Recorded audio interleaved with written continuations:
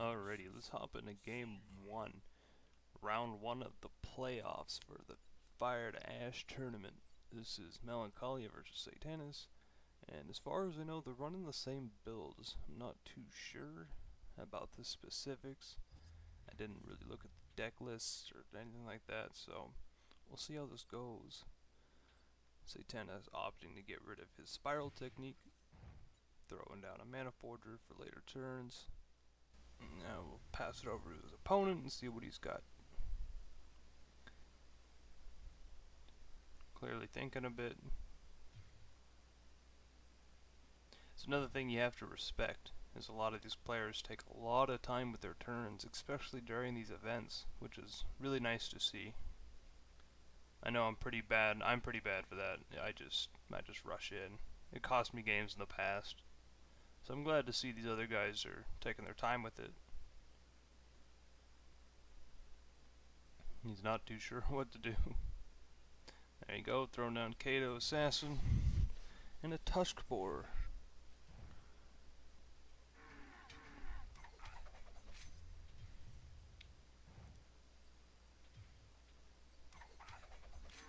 Taking out that Pumbaa right away.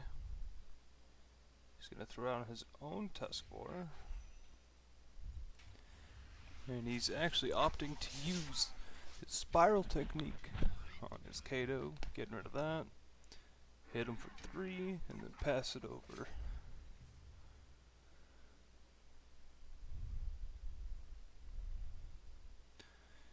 Let's see what Melancholia has to say about this. Well, he's thinking long and hard. I'm not sure what he's planning to do here about this. You know he wants to take care of the boar, but he's not sure how he's going to do it.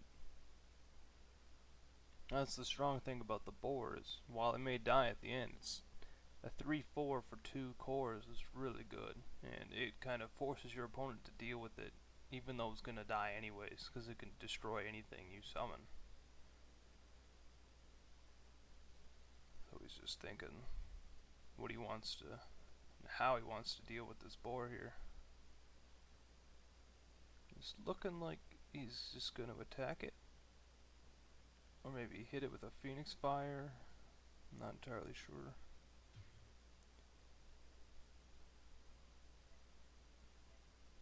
Oh, there's the clock.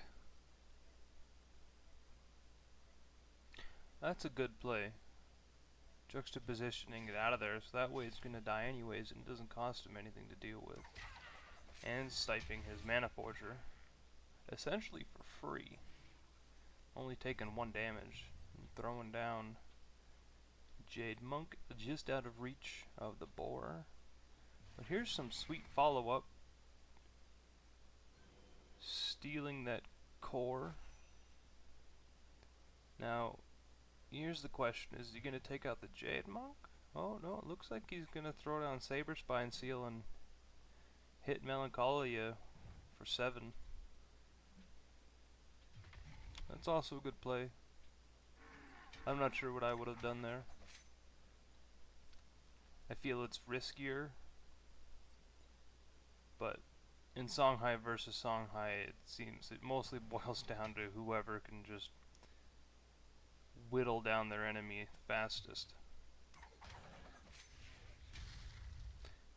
That was also a really good play right there. If you notice, him hitting the Jade Monk, knowing that his ability had a 50% chance of actually hitting his boar, and the boar was going to die anyways, so the extra 2 damage just didn't matter.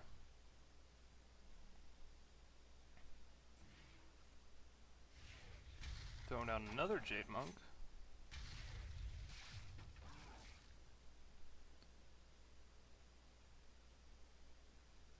Inner focusing it. Doing as much damage as he can, hoping to draw in some more cards. Another inner focus. That was quite the hand. Doing a lot of damage to him, but can't quite close it out.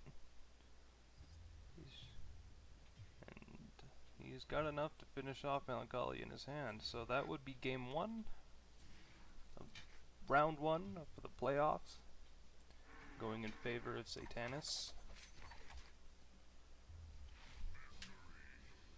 And we're just going to go ahead and jump into game 2. Pretty good hand coming in for Satanais here.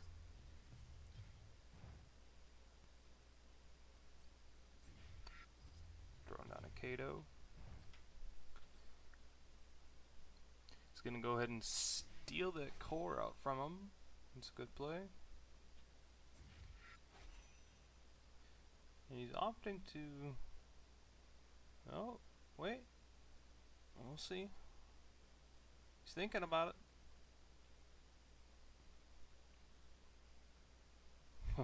Playing with the idea. He likes it.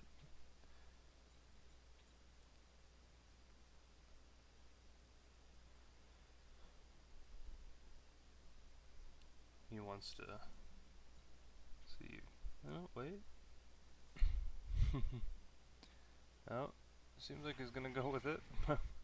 After much deliberation. He's deciding to take out that Kato.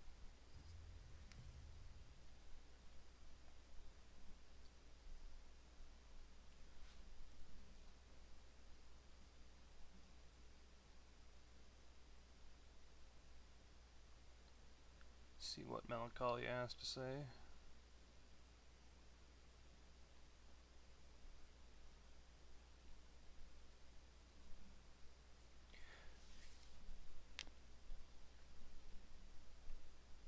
Now that Komodo has been nerfed, most people are now running the planar scout as a means of getting those cores early in the game.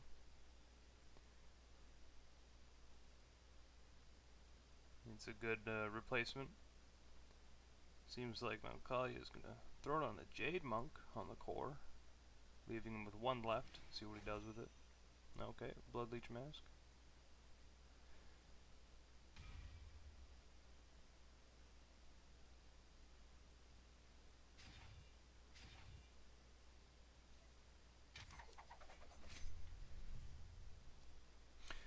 He's just cycling that juxtaposition. And also stopping the board from just killing his Jade Monk. Forgot that it had 4 damage. And that was a good play.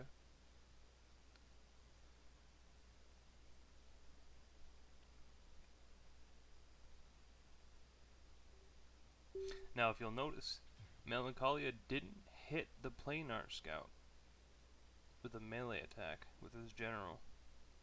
He's trying to hold on to those artifact charges.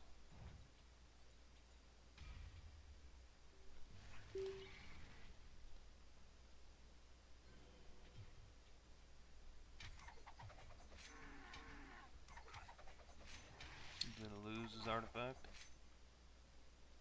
He's gonna pass it on back over to Melancholia.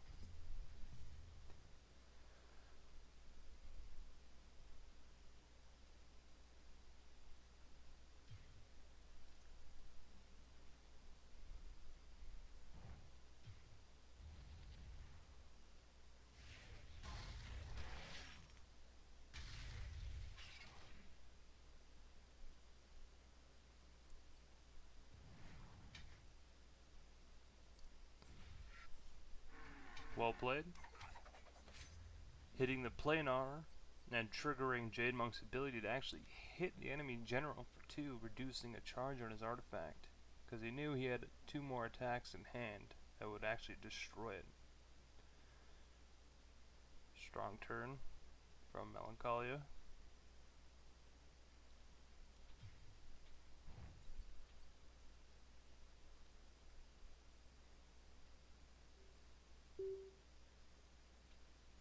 Throwing down an Avatar.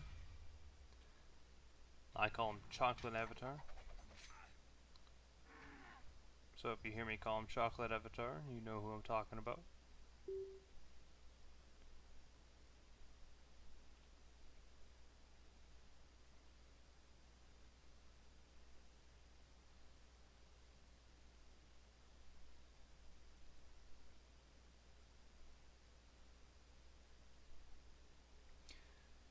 Just thinking about how he wants to deal with this avatar before he gets too big.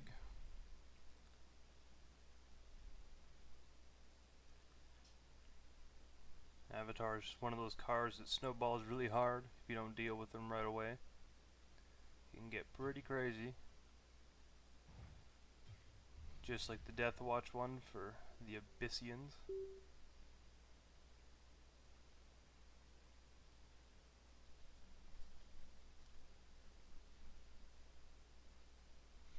Throwing down a Dagger Kiri, which is an interesting choice.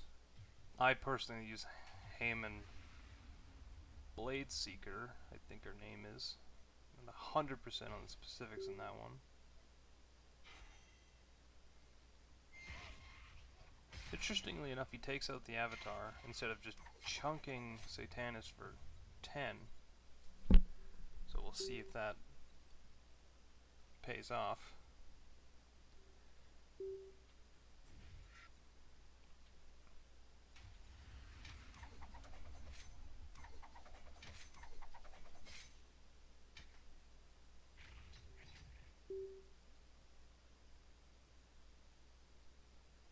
In hindsight, it was the safer play, but I'm kind of greedy, so I think I probably would have hit him for 10 and just ignored the Avatar.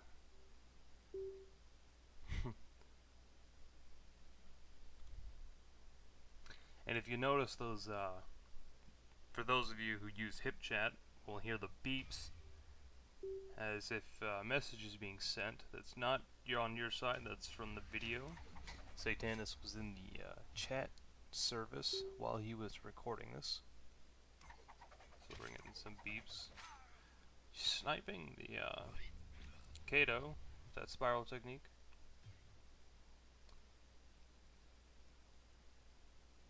Charging in with his Jade Monk. Bringing Satanais down to 3 health. Oh, for some reason, I forgot the health didn't update properly. I'm like, oh, he's dead. And can't play that, because that'll kill him. But that's game. Dagger Gear for 10, Phoenix Fire 3, 13. It's lethal. That'll be game 2 in favor of Satanais. That means Melancholia has been eliminated, and we'll move on to the second round.